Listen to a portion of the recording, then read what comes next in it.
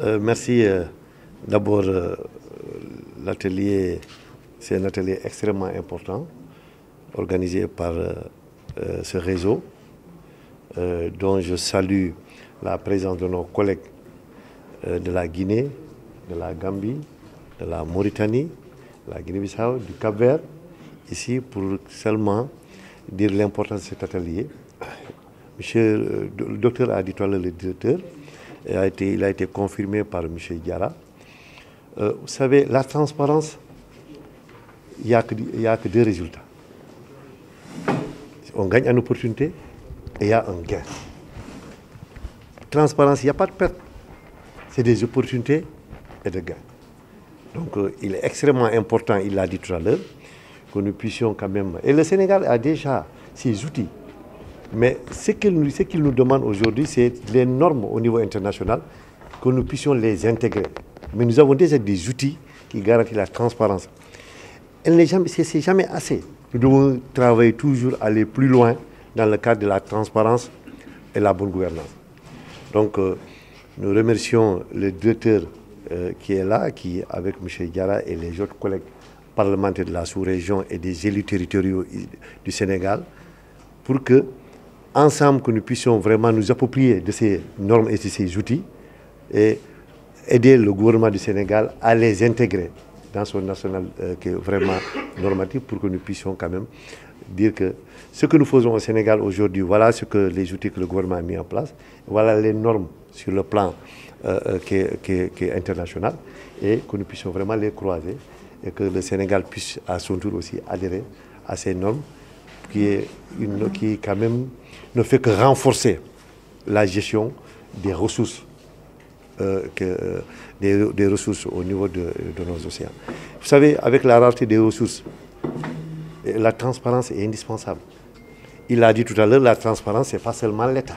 C'est l'ensemble des acteurs, les petits comme les grands. On ne doit pas dire souvent que ce sont les grands, mais les petits aussi doivent respecter la reproduction, doivent respecter ces normes qui garantissent vraiment, dans un avenir proche, vraiment, l'accroissement vraiment de nos ressources halieutiques.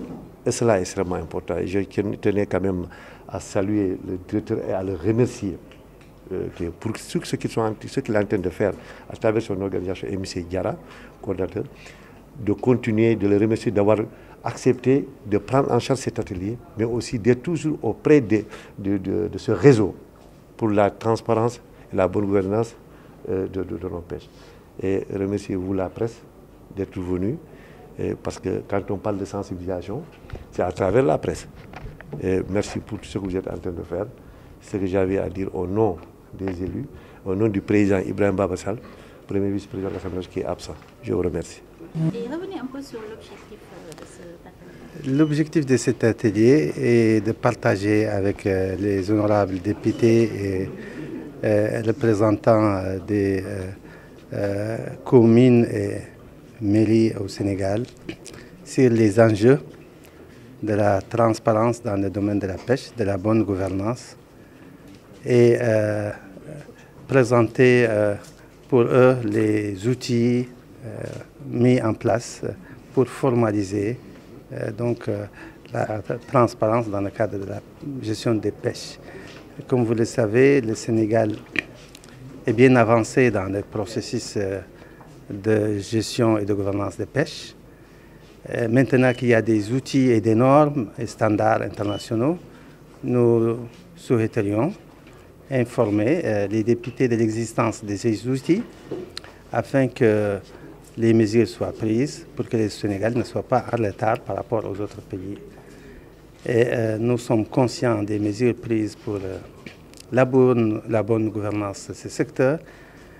Nous sommes conscients de l'importance de ce secteur pour les populations, mais aussi pour les gouvernements de la sous-région, étant donné l'apport en devises, mais aussi les retombées socio-économiques.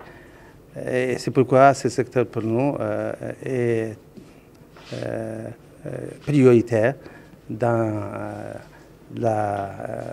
les plaidoyers que nous menons afin que les pays puissent adhérer aux initiatives et standards internationaux en vigueur.